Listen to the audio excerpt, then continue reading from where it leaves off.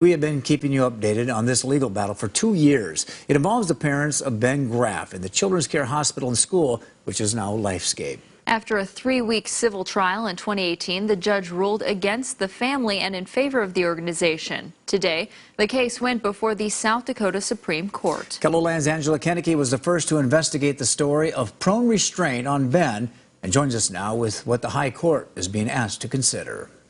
In their 2014 lawsuit, Ben's parents, Neil and Debbie Graff, claimed that workers at CCHS held their son's face down 137 times, sometimes for more than an hour, over the course of 6 months in 2010. They say certain evidence not allowed in their trial could have made a difference in the outcome of their case. CCHS used the prone restraint method to try to control him. The method of holding someone face down is demonstrated here in this YouTube video.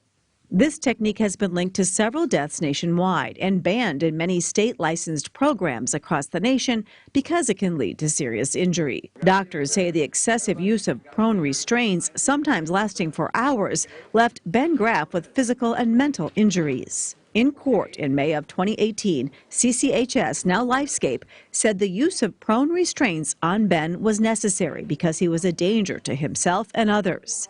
CCHS Lifescape banned prone restraints after Ben left the facility. The jury found in favor of CCHS Lifescape in the May 2018 trial. This young man deserved a fair trial. Graff's attorney is now arguing before the Supreme Court that the jury should have been able to see state health department surveys from 2008 that showed deficiencies in the use of restraints at the facility. Judge Larry Long decided they weren't relevant to the case and couldn't be used in the trial. But a fair trial here, based upon rulings in every other state that has addressed these surveys, is that important to know what they knew and that they had been told to correct things that they did not do.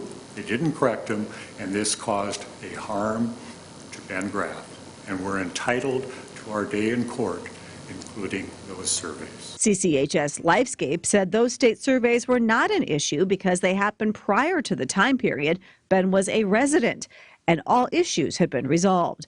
A complaint called into the Department of Health was also investigated after Ben left the facility. So the Department of Health went back again in 2011 and specifically looked at Ben Graff's chart as far as whether we had complied with the regulations for restraint with regard to Ben Graff during the time he was there and restrained, and that 2011 survey found no deficiencies with regard to Ben Graff.